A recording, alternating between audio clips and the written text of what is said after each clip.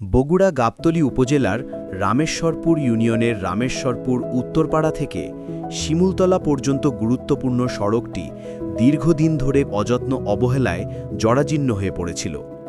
এলাকাবাসীর অন্যতম প্রধান এই সংযোগ সড়কটি দিয়ে প্রতিদিনই কয়েকটি গ্রামের ৮ থেকে ১০ হাজারেরও বেশি মানুষ চলাচল করে।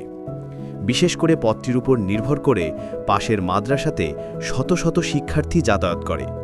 কিন্তু রাস্তাটি বছরের পর বছর সংস্কার না হওয়ায় বর্ষার সময় হাঁটু সমান কাদা আর শুষ্ক মৌসুমে তীব্র ধুলাবালির কারণে সাধারণ মানুষকে নানাবিধ ভোগান্তির শিকার হতে হচ্ছিল।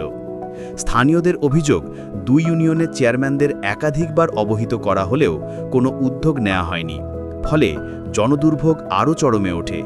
পরিস্থিতির এমন চিত্র গাবতলী উপজেলা বিএনপির সভাপতি মোর্শেদ মিল্টনের নজরে এলে তিনি দ্রুত ব্যবস্থা নেওয়ার নির্দেশ দেন।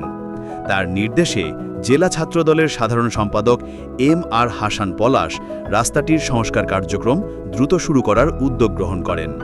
পরবর্তীতে রামেশ্বরপুর ইউনিয়ন যুবদলের সিনিয়র যুগ্ম আহ্বায়ক ও ৪ নং ওয়ার্ডের ইউপি সদস্য মোহাম্মদ স্বপন মণ্ডলের তত্ত্বাবধানে সংস্কার কাজ আনুষ্ঠানিকভাবে শুরু হয়। এই যে উত্তরপাড়া থেকে যে রাস্তা দীর্ঘদিন ভোগান্তি, সাধারণ জনগণ এই উত্তরপাড়ার ১ নম্বর ওয়ার্ডের আমাকে দীর্ঘদিন যাবত এই রাস্তার কথা বলে আসছিল।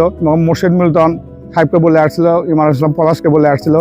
তারই সুবাদে মোর্শেদ মিল্টন এবং ইমরান হাসান পলাশ আমাকে এই রাস্তার কাজটা অনুমোদন করে দেয় তার বিশেষ বরাদ্দ থেকে। ঠিক আছে, এলজিএসপি একটা কাজ বরাদ্দ করে দেয়, সেই সুবাদে আজকে আমরা এই কাজের উদ্বোধন করতেছি।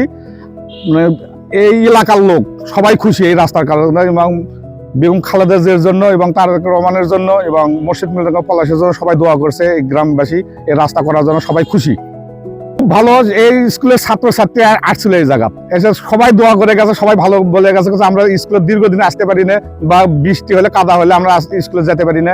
এই সুবাদে ওরা সবাই ভালো বলছে। এই রাস্তাটা করা খুবই জরুরি ছিল এই গ্রামের জন্য। এই গ্রামে এই যে রাস্তা, এটা ৪-৫টা গ্রামের লোক এসে যাওয়া আসি করে, প্রায় ১০-১৫ হাজার লোক যাওয়া আসি করে।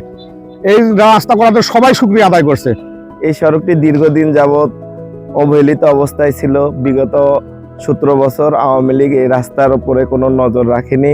এই এলাকার মানুষ ব্যাপক কষ্টে দিন পার করছে। এখানে বৃষ্টি হলে তারা পার হতে পারত না। এখন আমাদের দেশনায়ক তারেক রহমানের বিশ্বস্ত হাতিয়ার গাবতলী মাটি ও মানুষের নেতা জননেতা জনাব মোর্শেদ মিল্টনের নেতৃত্বে এম.আর. হাসান পলাশের সহযোগিতায় আমরা এই রাস্তাটি আজকে ইট পাড়ার কাজ হচ্ছে। আশা করি এই এলাকার লোক অনেকটা তাদের যে ভোগান্তি হতো এটা থেকে লাঘব হবে। এখানে একটা স্কুল আছে, সেই স্কুল থেকে যে ছাত্রছাত্রীরা এখানে যাতায়াত করতো তাদের জন্য খুব কষ্টকর ছিল। এখন বর্তমানে আজকের এই কাজটা হওয়াতে তাদের জন্য সুবিধা হবে। আমার এই রাস্তার সম্পর্কে আমার কিছু অভিজ্ঞতা আছে। যখন প্রথমে এই রাস্তাটা হয়, ঠিক ২০০১ সালে যখন বিএনপি সরকার ছিল, তখন এর মাটি কাটার রাস্তা হয়। দীর্ঘদিন আওয়ামী লীগ সরকার থাকাকালীন এই রাস্তার উপর আর কোনো কাজ হয় নাই। আজকে আমাদের নেতা জনাব মোর্শেদ মিল্টন ইমরান ইসলাম পলাশের নেতৃত্বে, স্বপনের সহযোগিতায় আজকে রামেশ্বরপুর তথা সোনারায় ইউনিয়নের মাঝামাঝি যে রাস্তাটা, এটা সবসময় অবহেলিত থাকতো।